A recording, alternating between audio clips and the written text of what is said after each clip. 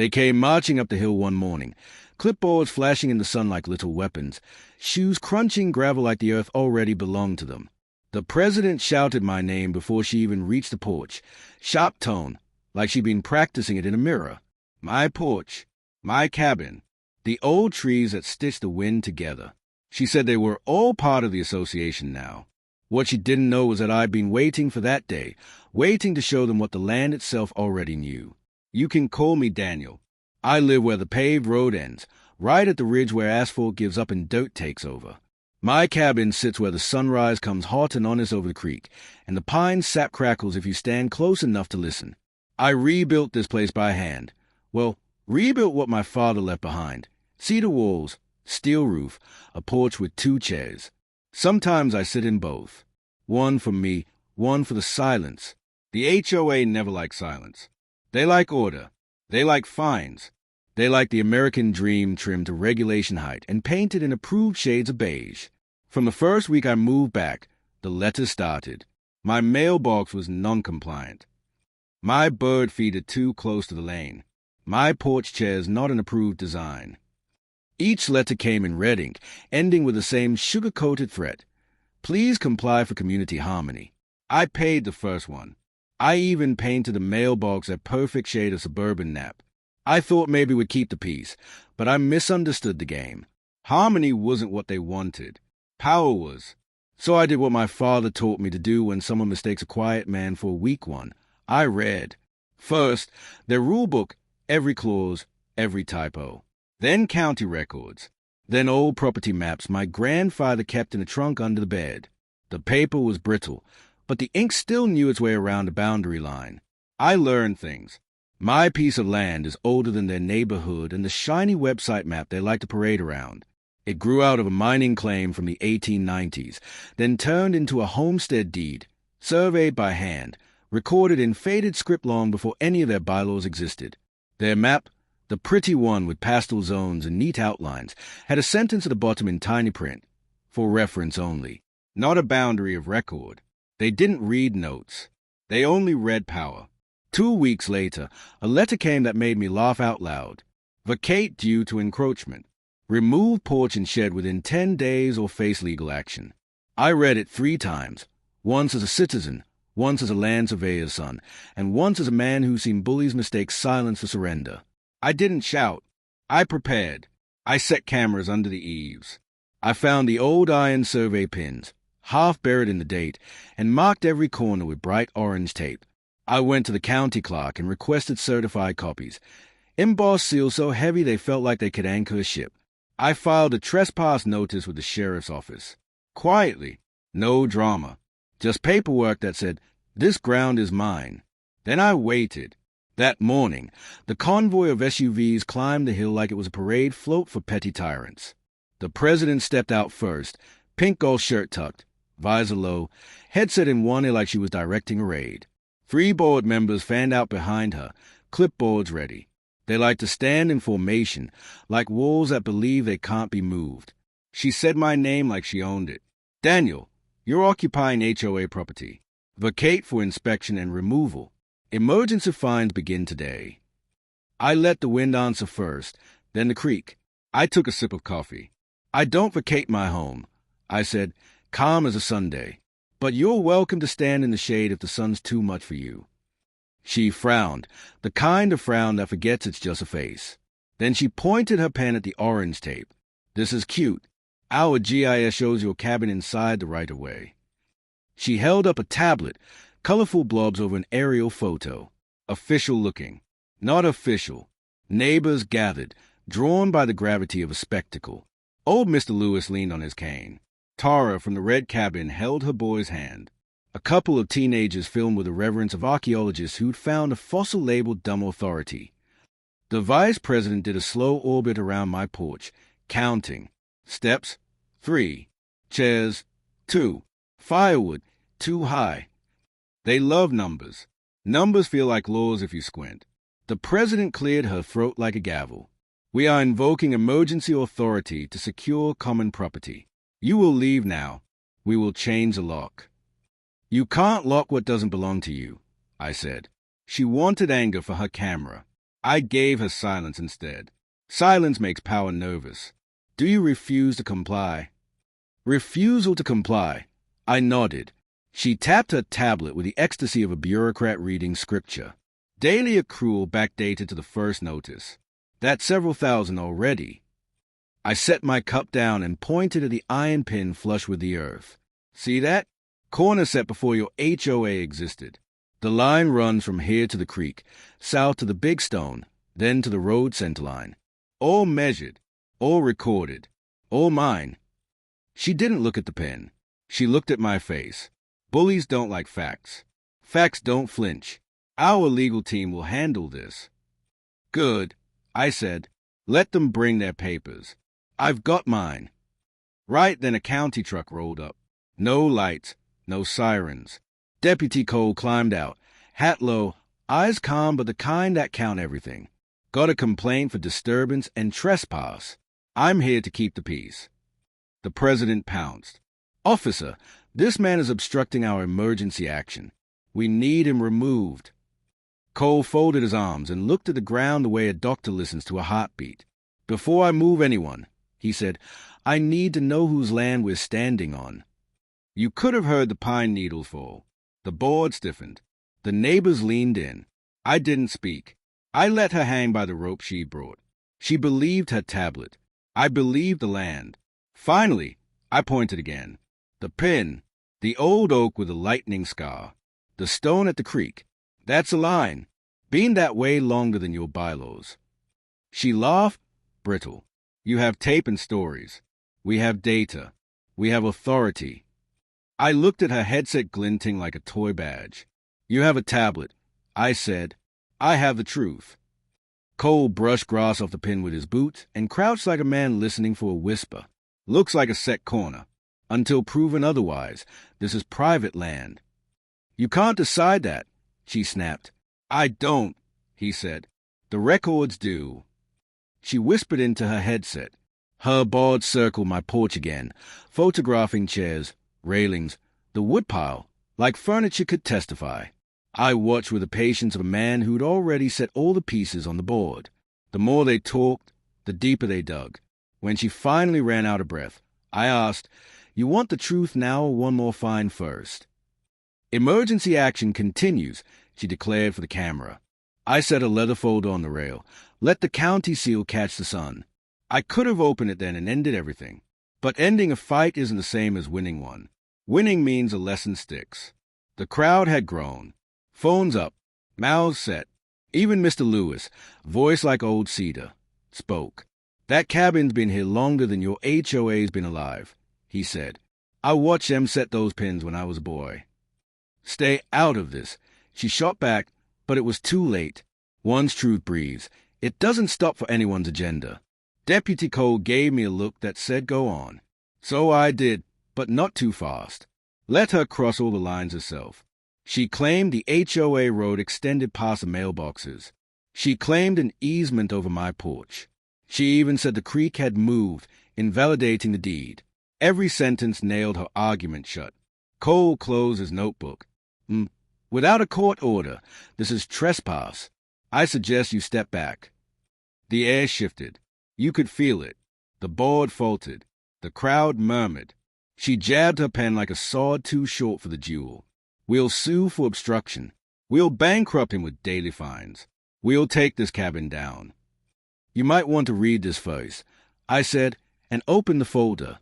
The leather creaked loud in the quiet. Deeds, surveys, county seals. Then one paper that mattered more than the rest, a clause from the original land sale, buried deep, plain as bedrock. No governing body or association shall claim authority over the central tract, I read, perpetually reserved, non-derogable. Her face drained. The deputy whistled, low. The neighbors made that sound groups make when something heavy finally lands. Outdated, she whispered. Irrelevant. If it's recorded, Cole said, your HOA has no jurisdiction here. Silence fell like a stone through water. The board looked at their shoes, studying their laces like they held the answer. The crowd whispered louder. Anger, relief, a little laughter. Unless you have a court order, Cole said. I suggest you and your team leave this property now. She trembled and tried one last glare. It didn't work. Her men backed away first. Even the ones filming lowered their phones. She turned, red-faced, marched to her SUV, and drove off without a word. For a moment, the world reset. Wind in the pines, creek talking to itself, a hummingbird annoyed that humans have no idea how to move gracefully. Then the neighbors clapped. Mr. Lewis laughed until he had to hold his cane. Tara smiled with wet eyes. The cameras stopped recording. The hill exhaled. I thought it was over. Wars don't end with victories. They end with grudges. The next morning a letter was taped to my mailbox. Red ink again. Failure to comply with HOA standards will result in escalating action. No signature, just the cowardice of the board. I pinned it inside beside their others, a gallery of pettiness. More came, stuffed under my door, thrown on the porch, mail without names, remove unapproved furniture, relocate structure, loss of privileges. I almost laughed. Privileges.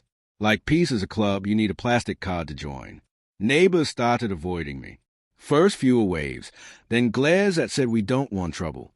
Fear moves faster than truth. It sticks to doorknobs and spreads through curtains. But Tara didn't stop.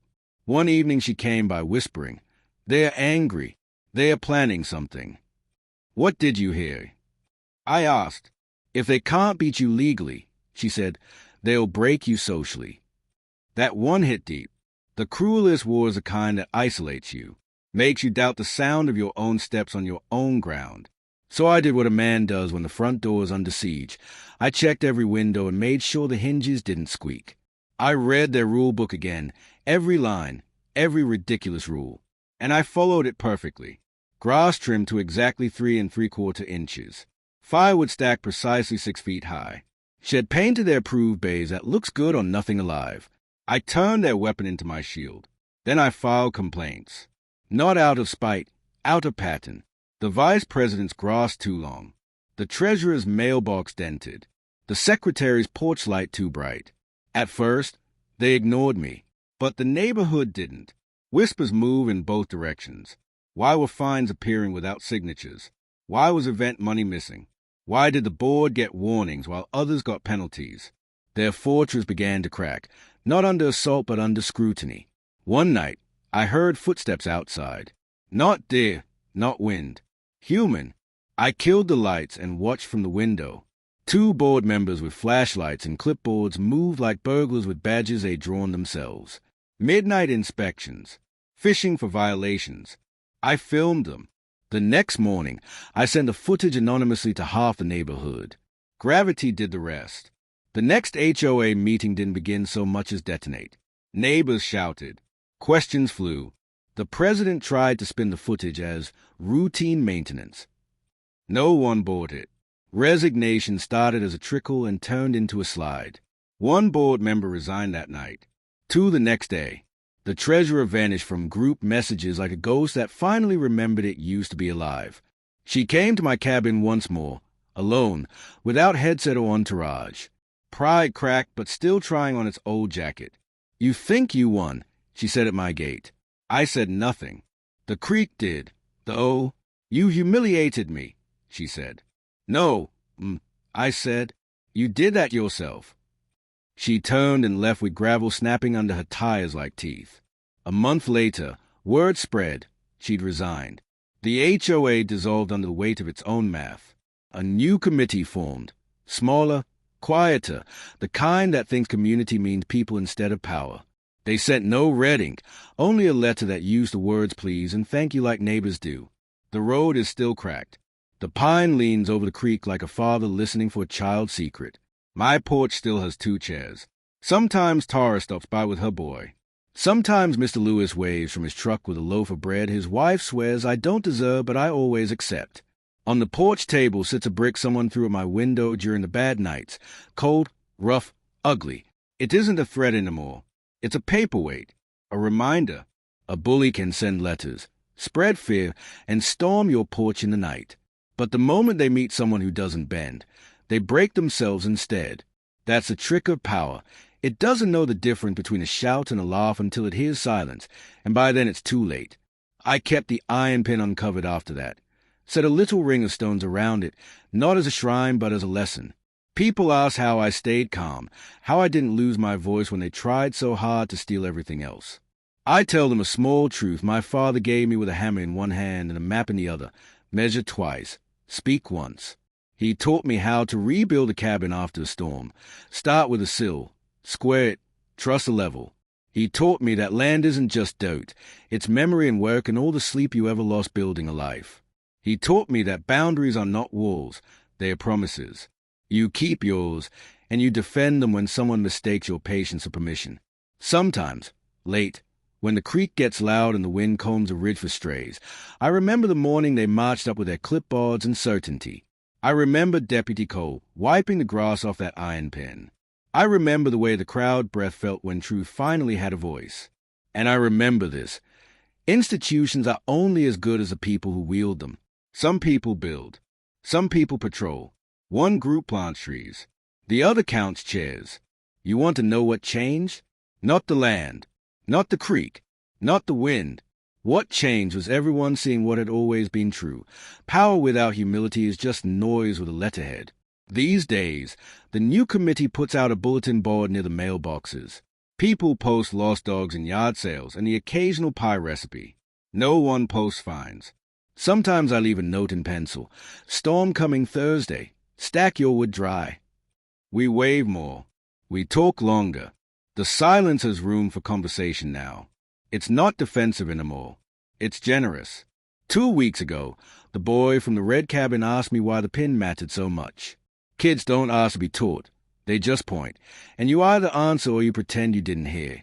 I took him to the pin and told him about the mining claim and the homestead deed, about hands drawing lines with chains and compasses, about how men argued and then agreed because a boundary would outlive both of them. He listened the way kids do when they feel a story under the words. What if somebody moves it? He asked. They can move a rock, I said. They can't move a record. He nodded like he understood more than I did. Then he asked if he could put a stone on the ring around the pin. I told him that'd be all right. He picked a small one and set it carefully, like he was tucking in a truth for the night. You keep a thing safe by letting people see it. That evening, Tara brought pie and left with my old spare wheelbarrow because hers had a split rim. We sat on the porch while her boy drew cars in the dust with a stick. She asked if I ever felt bad about how it all ended for the president.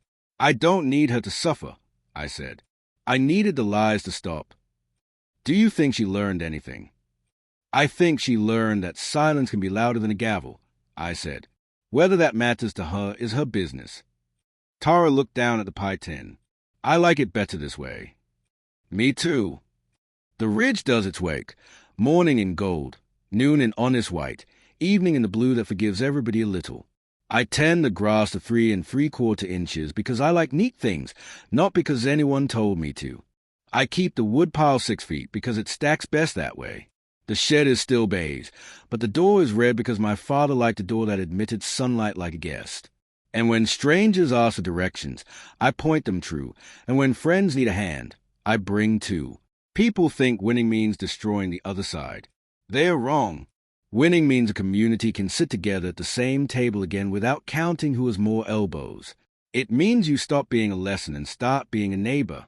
It means a boy can set a small stone around a pin and know he belongs wherever he stands honestly. If you ever had someone try to take what's yours, your land, your peace, your dignity, you know exactly what I mean. You don't have to shout. You don't have to break. You only have to know where your lines are and keep them. And when they come at you with clipboards and certainty, you greet them with the steadiness of a creek that has outlived maps. Would I do anything differently if they came again? Maybe I'd make 2 pots of coffee instead of 1. I'd offer a cup to whoever needed to hear themselves think. I'd still set the folder on the rail. I'd still wait. Silence is slow on purpose. It lets the truth catch up. And if they came for your home in the dead of night, tools in hand, threats on their tongues, would you stand your ground like I did, calm and patient? Or would you fight back another way? Out here, that's what defines a person. Not how loud they shout, but how long they can listen to the land and still hear themselves. Not how thick the rule book is, but how clear the boundary lines are when you brush the grass aside and look. Not how many chairs you count on the porch, but whether there's a second one set out for the silence, because sometimes that's where the strength is. You can call me Daniel. I live where the paved road ends and the truth begins. And I'll tell you something nobody with a clipboard will. This ground doesn't need permission to be what it is. Neither do you.